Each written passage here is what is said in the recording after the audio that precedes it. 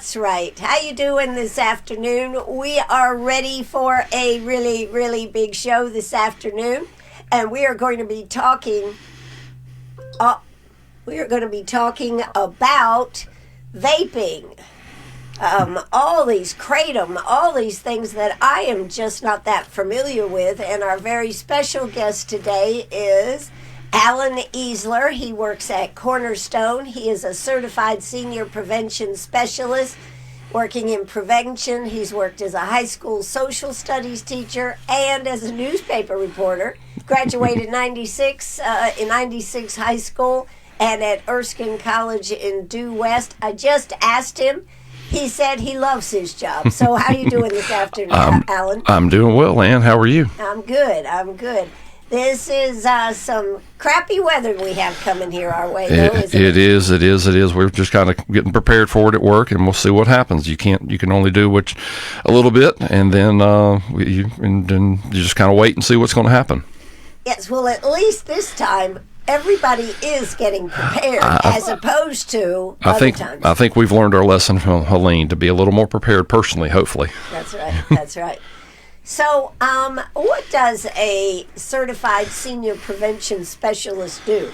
Well, we kind of have, you can divide up what we do in prevention into kind of 6 realms. One, we do information dissemination, which is speaking engagements, is doing what I'm doing today, being on the radio with you and whoever and everybody who's listening. But there's also, you're doing education, where you're going into maybe a program or school, or maybe you're working with a group of adults, and you're doing a multi-session educational curriculum. You're talking about alcohol and drugs, but maybe you're also talking about lifestyle choices and anger management and a lot of different things. And it's one of these things where you can do a pre-test and a post-test at the end to see what kind of behavior changes maybe you've made or attitudinal changes you've made. We also do environmental strategies, such as working with law enforcement to make sure the laws that we have on the books are being enforced. For example, we work a lot with local law enforcement and state law enforcement to see that gas stations and other places that sell alcohol products are not selling alcohol products to kids under 21. They do what are called compliance checks, and if those if they catch somebody who violates the law, then they a lot of times will require that clerk to go take a class to learn more about how to check an ID, because a lot of times we find that's an issue. If somebody gets hired in a retail store, they're not really trained well on what an ID looks like. I mean, we have 3 versions of the state driver's license right now, because we just started doing a new one back in October, and they all look different. And if you just don't know what you're looking at, you could be kind of lost knowing that. So that's 3 of them. We also are involved in doing alternative events. So these are events that are alternative to doing alcohol and drugs. Something we have here in Greenwood that has been going on for well over 25 years now is called Boo Bash. It's the Uptown Greenwood Boo Bash that we do around Halloween. When that event was originally started, it was an alternative to kids doing alcohol and other drugs. And so we do other events throughout the year, and this is also for kids and as well as adults. Community-based process is another thing that we're involved with, and that's really coalition. It's pulling a group of people together and working together on an issue. Here in Greenwood, we have a coalition. It's called the Greenwood Abbeville Coalition, and they're focused on working with the recovery community and getting people into recovery, but supporting those that are in recovery, and also getting that message out and trying to defeat the stigma that there is when it comes to substance use disorders or addiction. We kind of use those 2 terms interchangeably. And I'm drawing a blank on the 6th one right now. I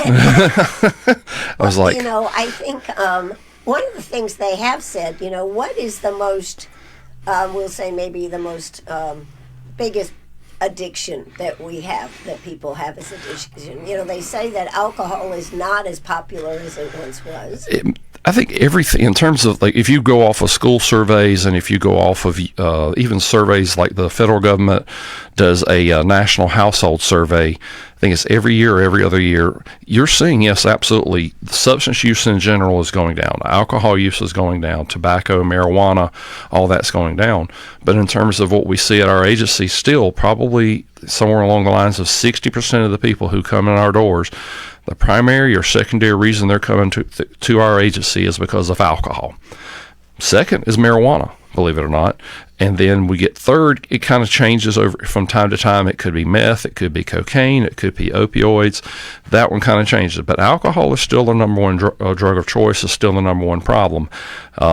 We don't track tobacco quite as much and nicotine quite as much, but we know that's still an issue. Know it's a significant issue. Well, what about, all right, now, is this for adults? Would be for, it's say adults primarily. No, we do serve some adolescents, but even then, and off the top of my head, I don't know the adolescent-only numbers.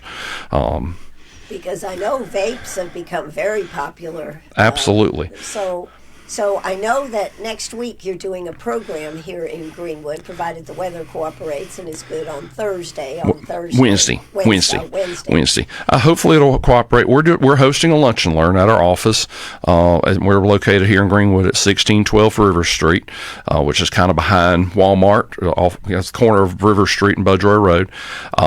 If folks are interested in coming to it, it's a lunch and learn. It's from 12 to 1. We'll have a light lunch provided, but just give us a call. You can call our agency directly at 227-1001 and say that you want to register for the lunch and learn. We just want to have a decent head count, kind of a semi-accurate head count to know how much lunch to provide. Sure. It's not going to be anything heavy, but just we want to make sure we have a little something for folks. And it's going to be no more than an hour. Just want to talk a little bit about youth vaping and the trends that we're seeing, and just what a parent could do or what a concerned adult could do to, one, just educate themselves a little bit more, and also what to say to your kids, how to talk, how to have that conversation. Is safe, right? I mean, that's how they always. That's always how they. I would say market it, and you can sit there and say, vaping is safer than a cigarette because there are less chemicals in it. But safer doesn't necessarily mean safe, right? If that makes sense. It's kind of like saying that, a 22 is less deadly, could be less deadly than a 45. Both of them can be deadly. Right. So, it's still a drug delivery system. Vaping is still a drug delivery system because you're delivering nicotine and who knows what else, because we don't really know what is actually in these products. A lot of times there's no regulation on the government level in terms of testing these products a lot of times, and so that becomes an issue. We know it is not risk free. We know that there's some that can cause cancer because of the chemicals or whatever that are exactly. You tell me I could get lung cancer. I'm going to think twice about doing that now. And it may be lung cancer, or there's other different types of things, and it's not necessarily because it doesn't have tar like we've always heard with cigarettes, but with that, it's not just a straight nicotine vape, but you're going to be combining that into some sort of solution, some sort of solvent. But then they're also going to add flavorings into it. And these flavorings may be fine they were tested, or the FDA a lot of times calls something generally recognized as safe, and generally recognized as safe. Exactly. That sounds good, right? Yeah, that inspires a lot of confidence. Right. And so when you sit here and say something is generally recognized as safe, it means that it was safe to be used as, say, in a lotion, or it was safe to be used as a flavoring. When you were ingesting it in your stomach, now you're inhaling it into your lungs, and you're inhaling it very deep into your lungs. So you're starting to see one of the ones we particularly hear about is the flavoring that goes into artificial popcorn. That is actually one of the flavorings that they've been used in some of the vapes, to the point now that they even come up with this term popcorn lung. Because a lot of people who had worked initially in the factories that made artificial popcorn were also developing similar lung conditions where their lungs were essentially being scarred and damaged. You're seeing the same thing with vapes. Some of these chemicals are damaging the lungs of those that are using it. Oh my God. Well, that's frightening. And but they don't tell you that, do they? No, of course. And young people, they're not going to pay any attention Well, to that. part of it, too, is they're making it very attractive to folks, to young people particularly, by flavoring it.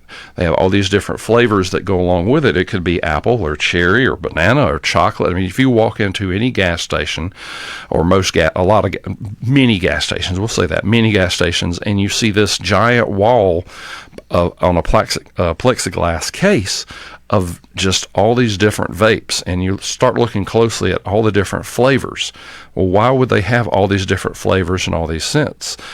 Because otherwise, it wouldn't exactly be a very appealing thing to do. It wouldn't actually be a very pleasant thing to do if there was no flavoring behind it. Think about menthol cigarettes versus regular cigarettes. Menthol cigarettes make it a little easier for somebody. It's a little easier on the lungs. It actually encourages you to take a deeper breath because you like that sensation of that coolingness, right. Not realizing you're actually taking a deeper breath and actually getting it deeper into your lungs. The other issue is a lot of times vapes have more nicotine in them than, say, cigarettes alone would have. And we know nicotine is a very addictive substance. They equate it that has similar effects on the body as heroin does in terms of how quickly it gets into the bloodstream. Now, what do, okay, two questions. One, cost-wise, because I've never even bought a vape, never had any interest in looking at it. What's the price of a vape versus cigarettes, for example? So you can go around and go to you can ride past some of these gas stations, and some of them have signs out front telling you what the prices are. But on average, you can sit here and find vapes and they go by puffs a lot of times. So it's going to be a vape that has 5,000 puffs or 10,000 or 25,000. I've seen a vape as high as 70,000 puffs. How many does a cigarette have? So that's what I say. So a cigarette, if you think of a cigarette, a single cigarette has 10 puffs. 10 puffs? 10 puffs. So now you have 20 cigarettes. So now you have 200 puffs. So if you bought a 5,000 puff vape, which is a very small vape, now you divide that 5,000 by 200, and how many packs of cigarettes are you coming up with? I think it's something along the lines of 10 packs of cigarettes, or is it more than that? I'm doing math. My math's not right. The bottom line is, how much is this costing? Exactly. You're looking at a $5 vape that has 5,000 puffs, or you're going to have to buy the equivalent amount of cigarettes. Could be a carton or two. So now you're looking at somewhere in the range of $100 to $150 to buy the equivalent amount of nicotine in cigarettes. Give me the vapes then, right? So that's part of it too. Is the part of the appeal is it's a bigger bang for the buck for folks, not realizing. Vapes were supposed to help you get off of smoking. That's how they were designed initially. There was somebody who had designed it initially, and I'm trying to remember. We were talking actually before we came on the air, and I believe it was a Chinese pharmacist who was one of the Chinese pharmacist, that tells it all. Who was actually, his initial intentions were to design something to help people to quit smoking, and then it's gotten corrupted to where somebody figured out this is a great way to actually get nicotine and increase the amount of nicotine that people are using. And if we can increase the amount of nicotine and get them addicted to it, they're going to want to use more.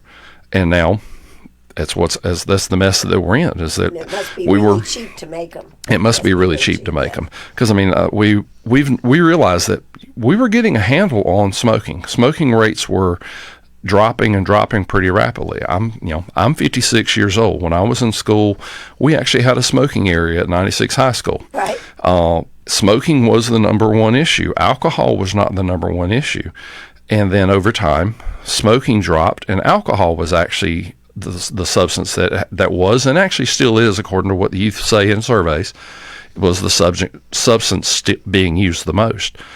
And then all of a sudden vaping came along, and they've become so cheap. And this is one of these things, particularly Juul is this was one that came along, and it was actually a replaceable pod. Now we have these disposables, but it is pretty much caught up with alcohol now. So we were making great progress in getting folks to quit smoking, to get off of nicotine, and now we're in a situation to where it's gotten worse. And I've had a conversation with a SRO earlier today, just talking about how many vapes that they're finding on students, and They're telling us, the students tell us, oh yeah, we can go to any vape shop, or we go to this vape shop, and they don't check IDs, and they'll sell to us. Now, that brings up another point. Are they supposed to be checking IDs? Supposed to be checking IDs. The federal regulation says you have to be 21 years old in order to buy any tobacco product.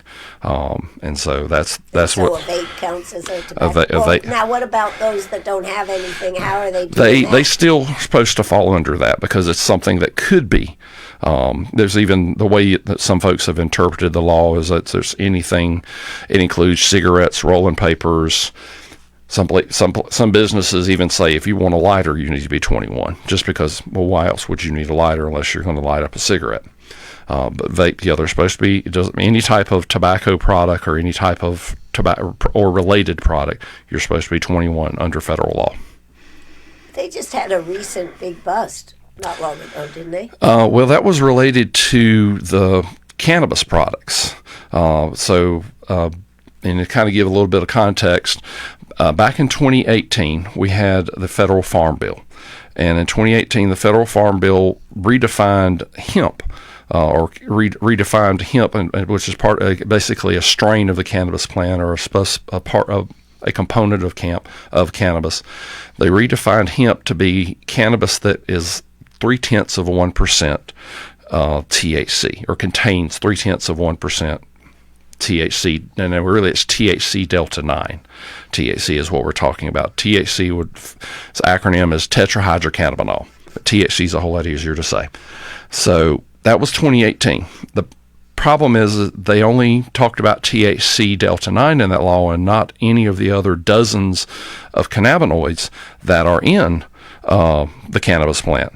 And that kind of opened up the Wild West on things. And so that's the reason we have been seeing all these Delta products, Delta 8, Delta 6, Delta 10, Delta 11, THCA, THCP, all these different acronyms. And these are all different compounds that are found in the cannabis plant.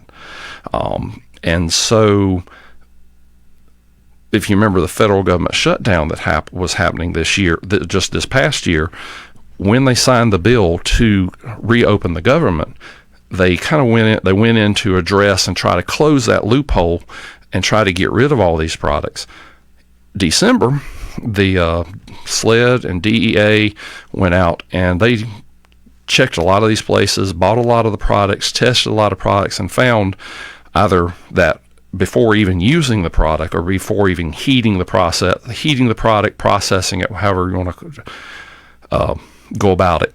A lot of those products tested positive for Delta 9 THC, or after they would heat the product, it converted into Delta 9 THC. So then at that point, they said, okay, you're not selling a product that's legal. You're now selling marijuana. You're selling a product that is the equivalent of marijuana. And so then they sit here and go, okay, took it to the state grand jury. State grand jury ended up indicting about 12 folks on 40 different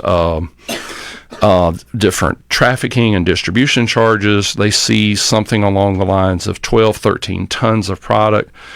And shortly after that, the word kind of has been getting out, and a lot of the products have been disappearing off the shelves in your gas stations and your vape shops. Now, supposedly by this time, by November of this year, those products will be banned completely. So we'll see what happens.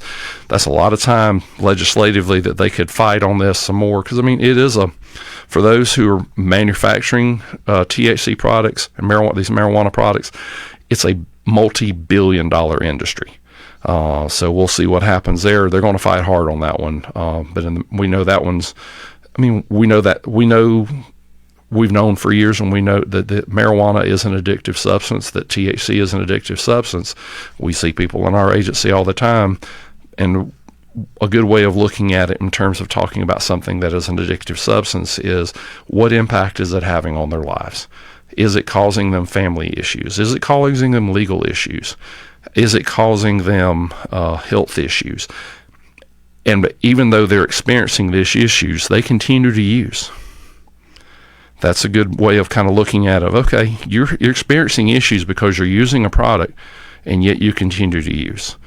That meets the diagnostic criteria for being the criteria for being diagnosed so with what's the success rate now for getting people to say, I don't want this anymore? Well, I mean, it's going to depend, and you can't sit. It's think of it as any other medical condition. I'm going to drink a little water here. Sorry. Think of it as any other medical condition.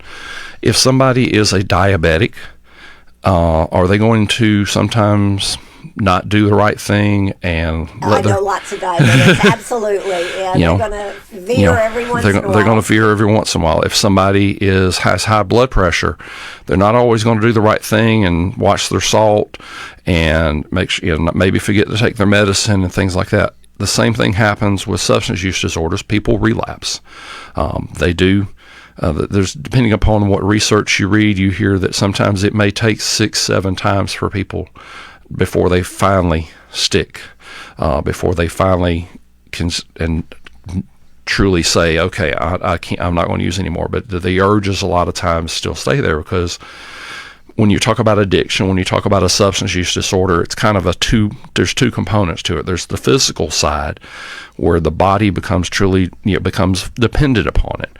But then there's also the psychological side, where the mind is a lot harder to deal with in terms of getting past that, getting past the thought of it, because part of an addiction, part of a substance use disorder, is that people constantly think about it. It changes the brain chemistry, and so you fixate on when's the next time I'm going, I need to use, how am I going to go about using, where can I get it from, who do I need to see?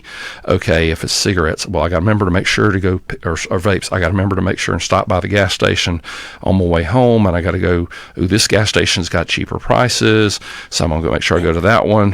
Well, it's 5 miles out of my way, but still they have the best price. It's kind of that mindset that you have to, and so that is the hardest part, is with on the psychological side, with the psychological dependence. Cornerstone. Okay, so we're talking with Alan Easler here today. He is with Cornerstone. He is a senior prevention specialist. I like that, a senior prevention specialist. Now, that just means I've been in the field a long time. But my question would be, how does Cornerstone, I'll use the word, deal with addiction? So we're primarily do counseling, or it's called behavioral therapy, cognitive behavioral therapy, and a lot of times what you're talking about with that is groups. So it may be something along the lines of you're doing an individual counseling, or you may be doing group counseling. Sorry, I actually have a good way of explaining it. I just want to kind of get to it. It's like, because you have individual, you have family, and you have group. For some folks, it may be that they're coming in just once a week, and it's a group counseling. If you think about it, it's you're meeting with a group of your peers and somebody who is facilitating and leading the conversation, and there may be some education going on, understanding how addiction works, understanding how the biology works in the body, or it could be pointing out, hey, do you notice how these drugs have changed your behavior over time? Do you notice this, or do you notice it? Pointing out, helping them kind of discover how it has gotten them into trouble and how it's influenced the decisions that they make.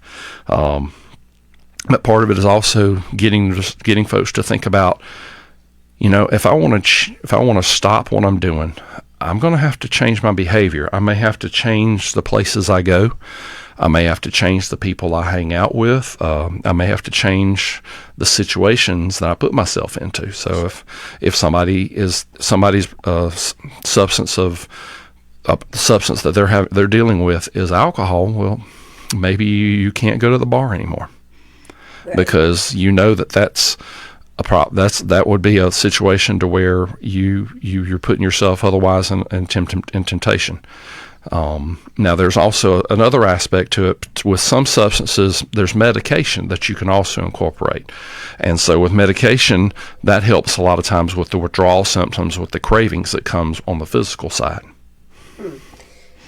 Now, just out of curiosity, what's the difference between Alcohol Anonymous and what Cornerstone does? Well, I mean, Alcohol Anonymous was essentially a free 12-step group. Right. Now, we absolutely have no problem. In fact, we a lot of times encourage clients, hey, you should come here, but also go there, because any support along that way, because this recovery is going to be a journey. It's not going to be this kind of one and done thing. It's not like a knee surgery where you're going to go in and get that knee scoped and fixed, and you're going to have a little bit of rehab, and you're on your way. It's going to be one of these situations where you're going to need a lot of support along the way. And AA and NA and all these other Celebrate Recovery, all these 12-step self-help groups. You've got other people who can sit here and walk alongside with you and say, I've been where you're at, and I know what you're going through. And they can also call you out when you're not doing what you need to do. When you sit here and saying, I want to beat this, but you're not taking any steps, they can call you out. They provide accountability. In today's world, I mean, it used to be that it was very taboo to admit that you had an alcohol and drug problem. What about today?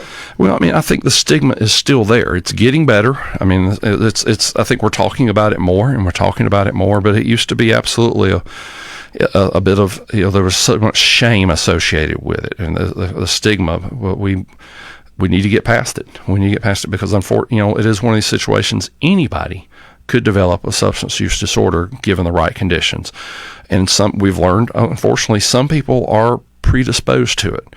Some people just grew, maybe they had genetics in their family where they had other members of their family who were alcoholics or who were addicts.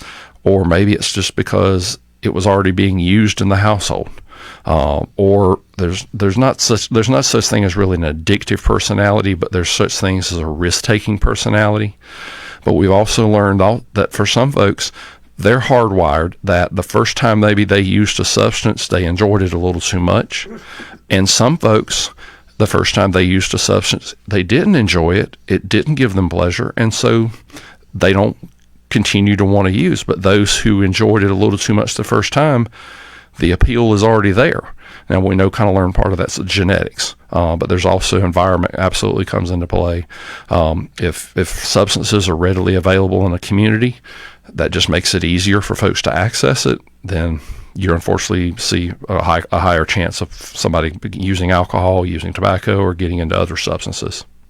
Now, does Cornerstone deal with youth or just adults? Both. Both. Now, I think if I remember correctly, I think about 7% of our clients are youth. We have youth groups that run from time to time, or on a regular basis. We have a couple of 2 or 3 clinicians who specialize in dealing with youth, but for the most part, adults. And to be honest, most people get to know us when they get a DUI.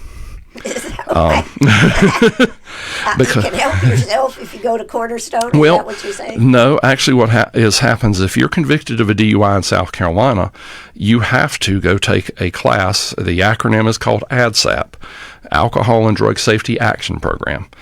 If you're convicted, or if you refuse to take the breathalyzer test or have a blood draw, you have to enroll in ADSAP in order to get your license. You have to go enroll in it and then successfully complete ADSAP if you want to get your license back.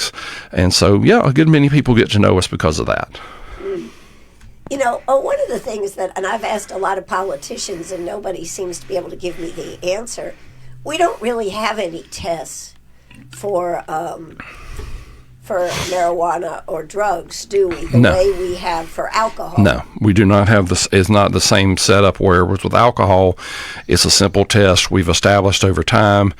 Okay, if you have X percent of your blood alcohol is X percent, or as they say, right now the law is 0.08. So it used to be 0.10, and then before that it was even a little higher. But we know at 0.08, boom. There's the research, the science has said that you are impaired. We do not have the same diagnostic criteria when it comes to marijuana or with any other substance like that. So what happens a lot of times is law enforcement, there are a number of officers in law enforcement, they're trained as what are called DREs, drug recognition experts. They're trained in how to spot behavior.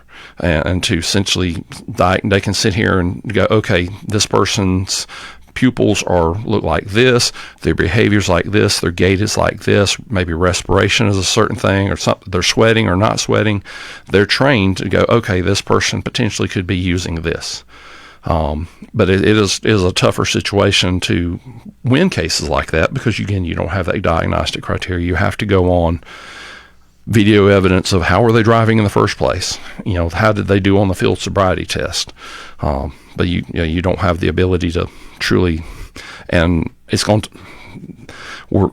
But we're also looking at, passing medical marijuana here in South Carolina. Yep. And while I have no problem with it for medical marijuana, for those that really can benefit from it, I do think that the possibility for problems with people moving in large vehicles and driving and everything, it's a big problem. And I've asked that question, and nobody says, no, we don't have a test for it. We do not. I mean, we have to, we can kind of look at Colorado, we can look at Oregon, we could look at other states that now have medical marijuana laws, but Colorado is the one who was first. Well, they have recreational. Yeah. Well, they have recreational too, but they've got medical first, and you can look at them and see the problems they've had once they've gone down this road. And even there, they haven't discovered what criteria. We just don't have the research in terms of giving us a hard and fast number of, okay, the blood is this, the level amount of the blood is this, or whatever. So we don't know. This means yes, they're impaired, or this means no, they're not impaired. We don't have it. I mean, when they're driving 20 miles an hour down the road, you might have a little idea. Right. Yeah. Yes, exactly. But I mean, but that's again. But there's no hard and fast number, as with alcohol. Well, what should we say, the answer for parents, I think, particularly that are looking at this situation with their kids, and they find a vape, or the teacher says, oh, we've got some vapes here and they came from your student, this type of thing.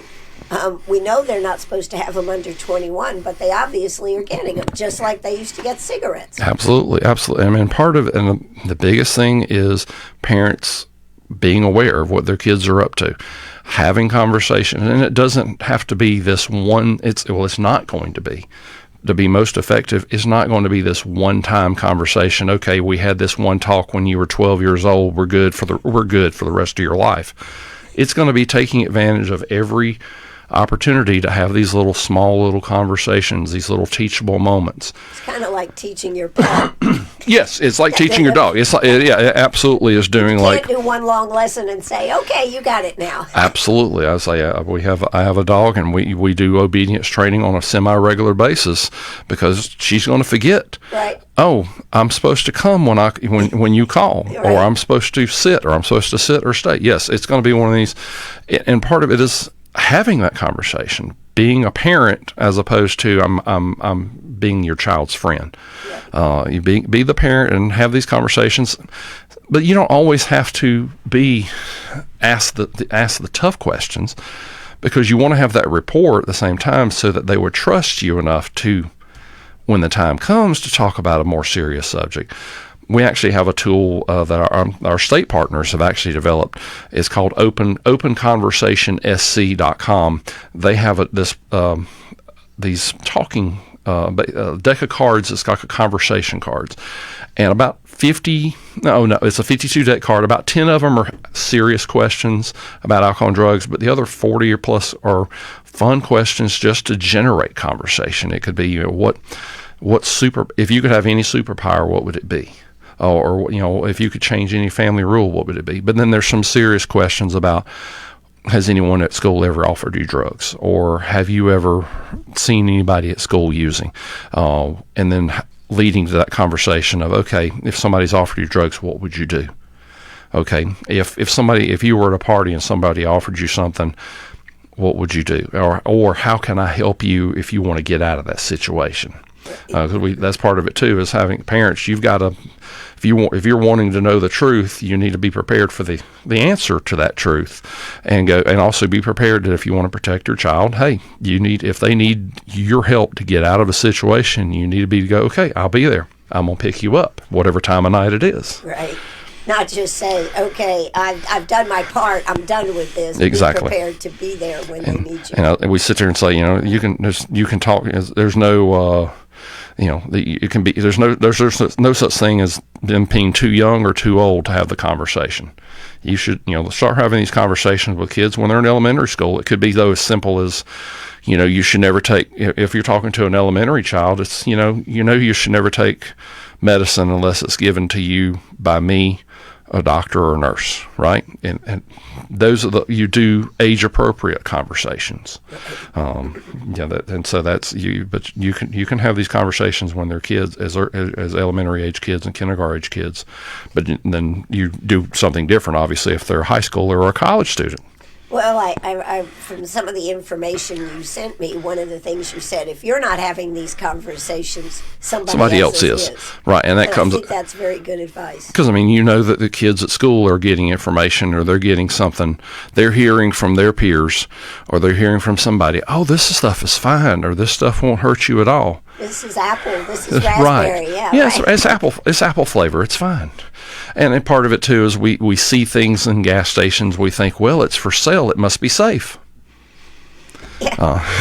Right. And no, we sell alcohol, and if you drink enough alcohol, it can kill you. So you can have alcohol poisoning, and we know also if you drink too much, you get in a car and kill other people in a drunk driving crash. So just because it's being sold there doesn't necessarily mean it's safe. Now, you had said one thing is that because we have so many different driver's licenses right now, it's a real problem sometimes for the people that are checking the driver's licenses. Right. Yeah, because with Real ID, and part of this was initiated because of Real ID. Real ID, trying to make sure that we're compliant with the Real ID. We had one version, and then we switched over to a different driver's license, and then here just recently we switched to another driver's license or another design. And this one is, you can go to the DMV website and look it up and see this new design. It is a very complicated design. The birth date is on there like 3 or 4 different places. It does not look like any driver's license that we've had in the past. There's a transparent window on it. It looks really weird. But yeah, if a clerk is in the store and they've not been trained to know, hey, this is a new license, maybe they can think that it's a fake ID, or they just kind of don't know. And unfortunately, it is hard to spot a fake ID. Gone are the days of you getting a razor blade and some whiteout or something, in the old days, and changing things on the driver's license. They're a lot more complicated, and that's part of what this is trying to make it a counterfeit resistant driver's license, not just for underage drinking, but also just for national security's sake. Absolutely. So what does Cornerstone do to help? Let's talk about parents, because I really think that a lot of this stuff, if we could start with the parents and the school teachers and the schools, what is being done to help prepare our young people? Well, when you're talking about parents, for one thing, I would absolutely direct them to, if you're not familiar with Cornerstone, go to our website. It's cornerstonecares.org. It's Cornerstone Cares with an S.org. There are a lot of parenting resources up there, a lot of educational materials up there for parents under the prevention tab that's on there. And then there's also just general information about the agency, and just kind of to educate yourself on, because it's one of these cool things. Here in South Carolina, we're actually one of the few states that has a system set up to where no matter where you go in the state, there is a substance use treatment agency in that county. Now, Cornerstone, we're the one for Greenwood, Edgefield, McCormick, and Abbeville counties. But there's one in all 46 counties in South Carolina. There's 31 agencies across the state. We all do the same thing. We were all set up back in 1973 by legislation on the state level. So back 50 plus years ago, our legislature did something pretty smart. Did something smart? And that's unusual. did something pretty smart, pretty progressive at the time, to sit here and say every county needs to have this. Because if you go to some other states, they have more of a regional system where you may have to drive an hour to go get services, or longer to get services. But that's one thing. Go to the website and see what resources are there. feel free to come by our offices. Give us a call and make sure that we're open, because there's some of McCormick office is only open 3 days a week. Abbeville and Edgefield's closed on Fridays. But give us a call. We can drop by and we can show you some of the parenting resources that we have, particularly talking about the conversation cards, but just some of the educational materials that we have, brochures and whatnot.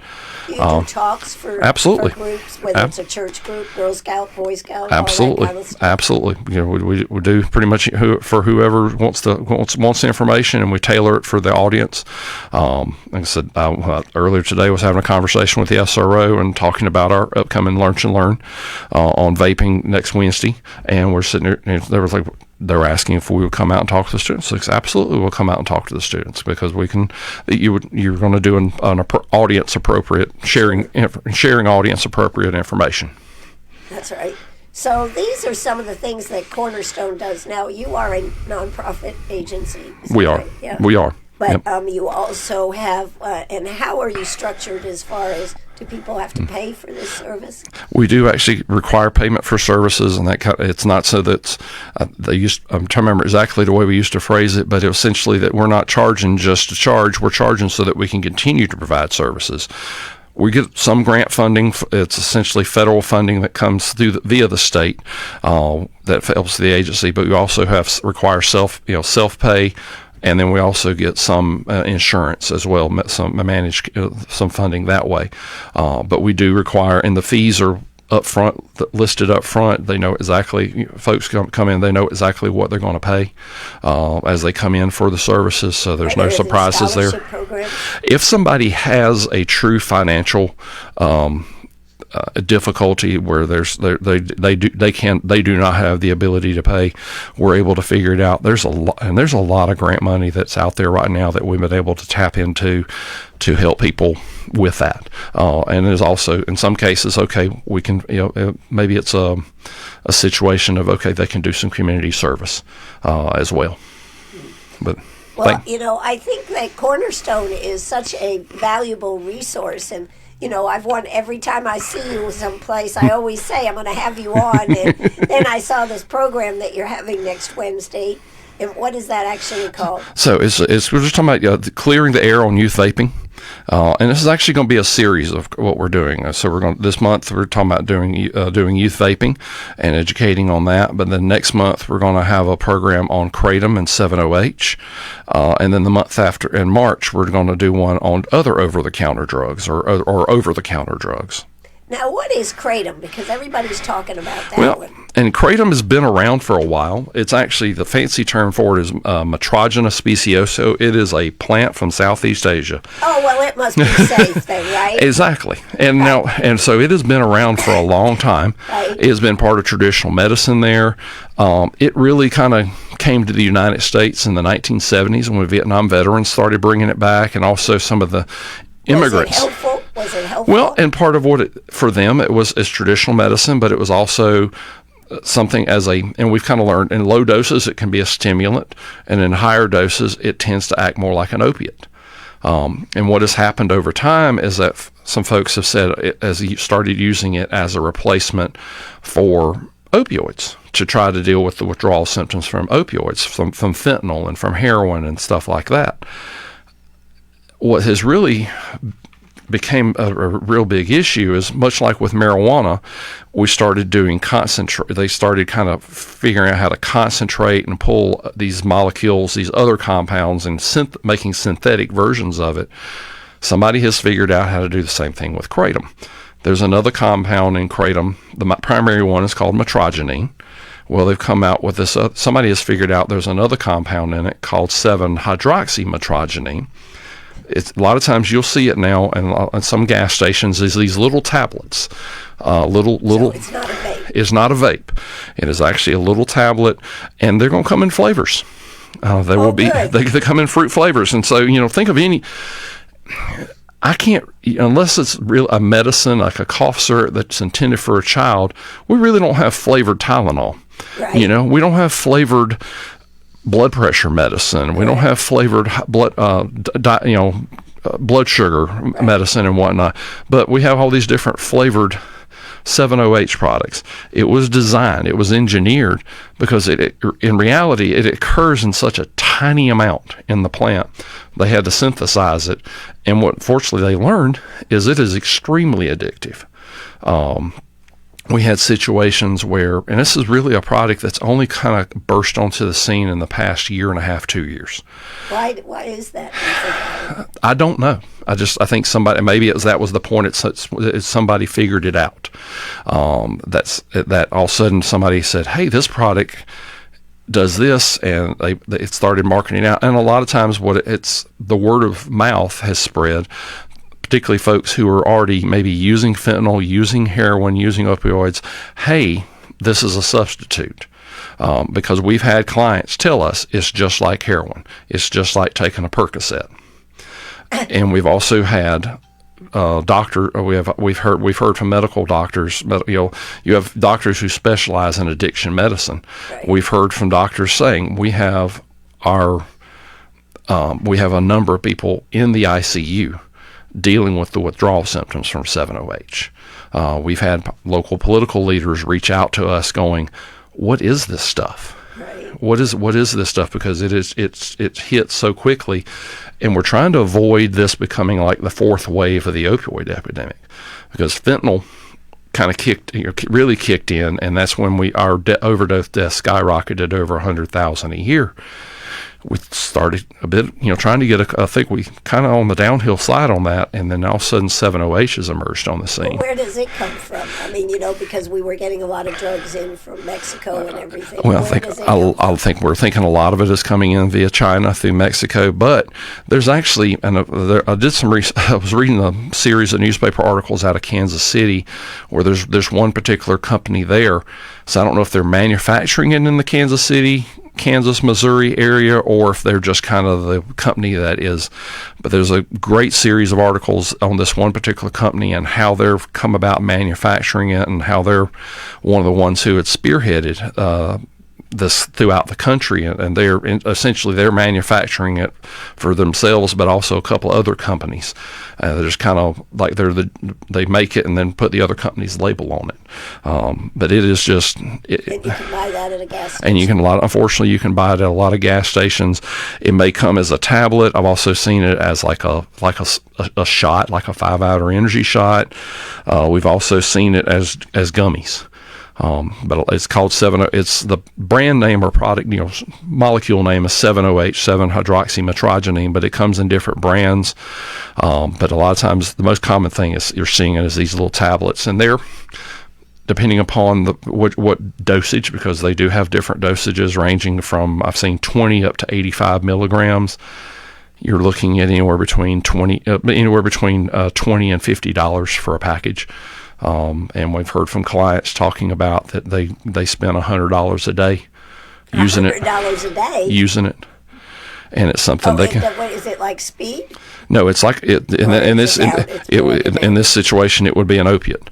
It would be essentially have the same effect as an opioid. And if somebody overdoses on it, they recommend using naloxone or Narcan on them, just like you would do with fentanyl or another opioid. There's the success rate is mixed on that, but that's the best we know right now.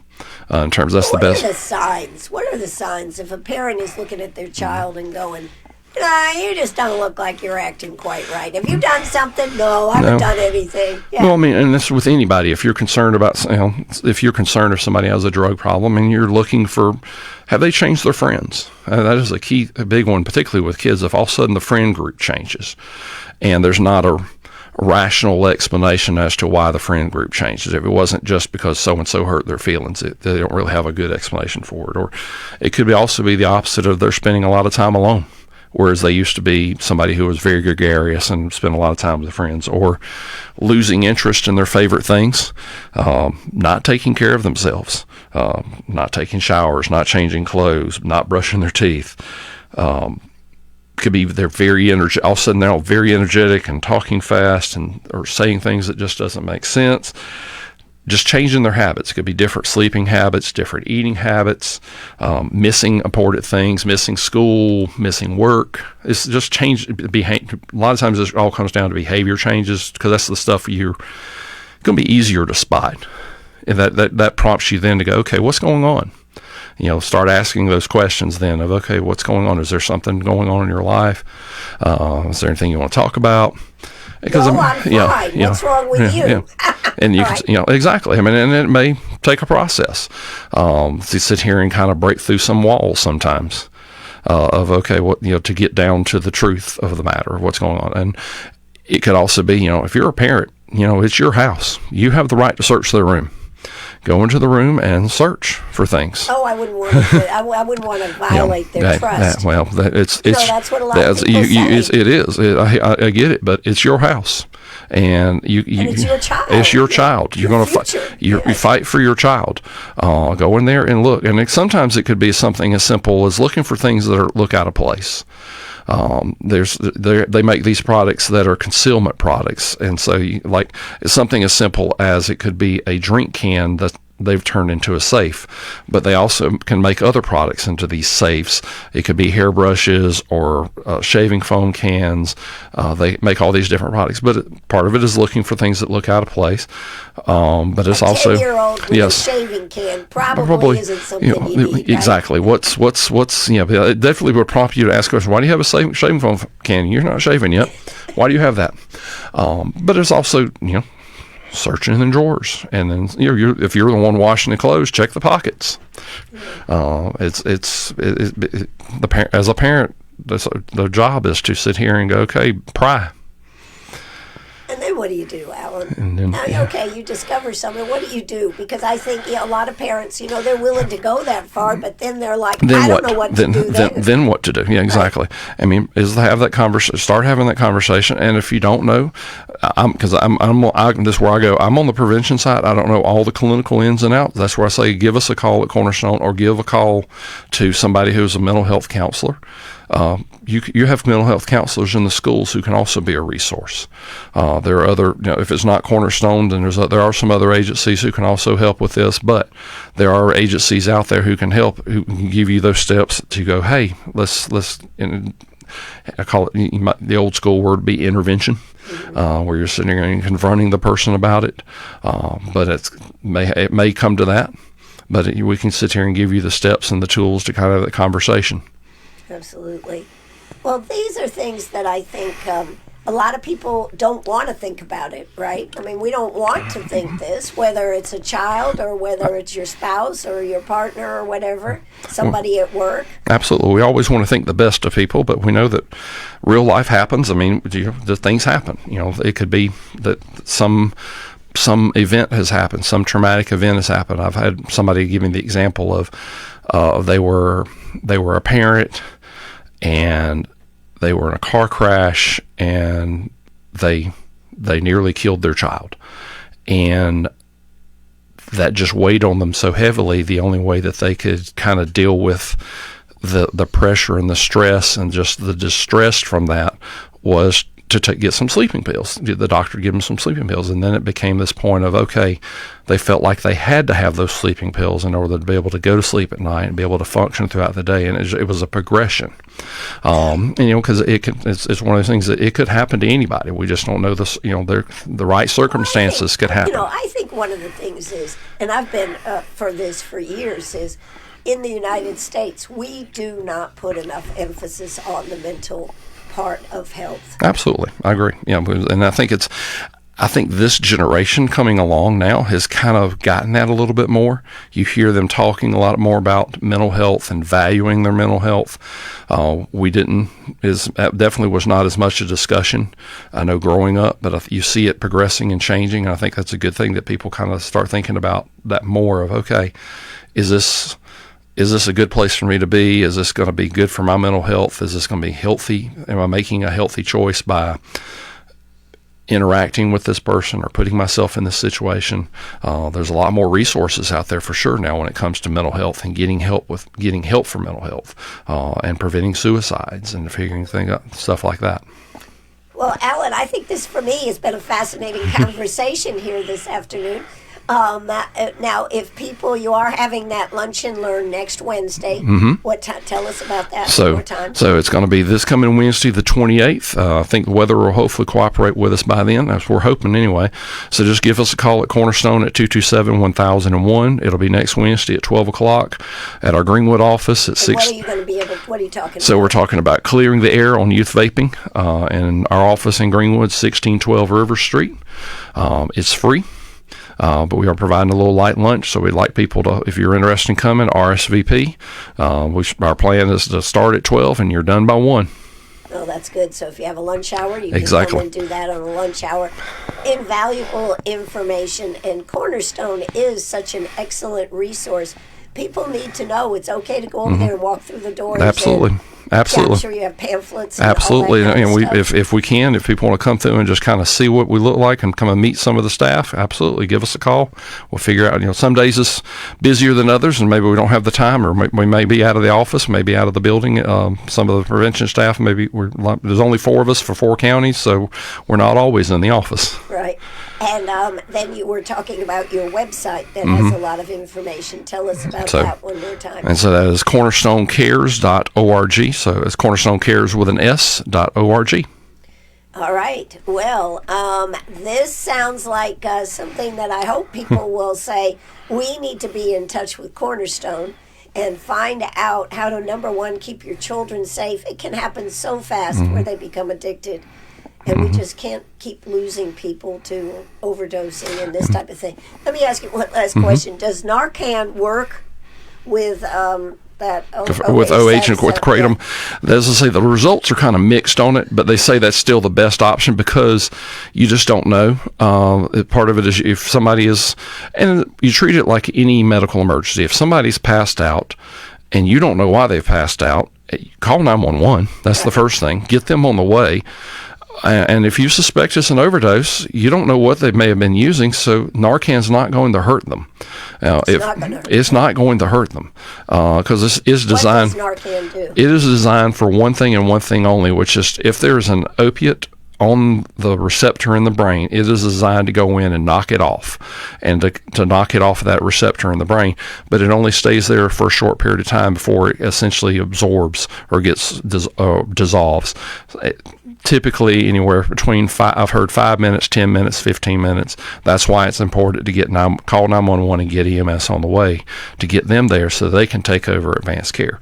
And you're protected by the Good Samaritan law if you do Narcan and they didn't need it. Because one, you're protected by the Good Samaritan law, but 2, it's not going to hurt them if you give them that anyway. Now, where do you get Narcan? So you can get Narcan, 1, at any of our offices. You can also get, and it's for free, you can get it also free at the health department office in any county you're in.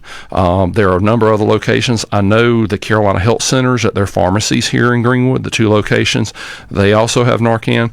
And if you want to, if you're, a lot of times now, if you are prescribed a painkiller, the doctor is also going to write you a prescription for Narcan. And if you have insurance, the insurance will pay for it. If you have to pay for it, you can go to a pharmacy. You can go to CVS or Walmart or Walgreens, whatever. It's on the shelves there. But you can get it for free from our office at Cornerstone, no questions asked.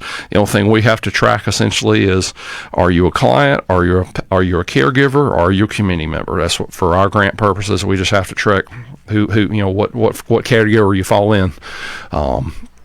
Let's say our office and also the health department is kind of your 2 easiest to access resources, and that's in every county in the state. You can go to any health department, or you can go to any alcohol and drug abuse commission in the state. Well, I think that's important information too, isn't it, Alan? Absolutely, because we know that Narcan has been, since we've been able to get Narcan out and get it out on a regular basis in the community, we know we're saving lives from people, because thankfully our overdoses are going down, but we're also seeing the rate of Narcan being used up, so we know we're saving lives. Wow, that's terrific. Well, Alan Easler, I hope you'll come back and we'll talk some more about this. I think this was a fascinating, I know it was for me. So thank you so much, Alan Easler with Cornerstone. And give them a call. What's that number again? 227-1001. 1001. If you're interested, if you have young people, you might want to check out that free lunch that they're going to have. Light lunch. He said light lunch. Light lunch. But give them a call, put your name on the list, and go there on Wednesday and learn about these things, because I think most adults probably aren't that educated about it. You kind of become, I call it eye blind. You see it and you just kind of gloss over it because there's so much out there. There's so much to see there. But it's been my pleasure being here. Well, thank you very much. Alan Easler with Cornerstone. I'm Ann Eller. This is WCRS Radio. I'll be back in the morning with a full show. I understand we've got some things being set up by the county for in case things get really bad on this storm. So make sure you tune in tomorrow morning, because I'm supposed to have a lot of information for you. So please tune in. That's going to do it for us right here on WCRS. Put the curtain down and cue the music. And thank you so much for tuning in this afternoon on WCRS Radio. Take it away.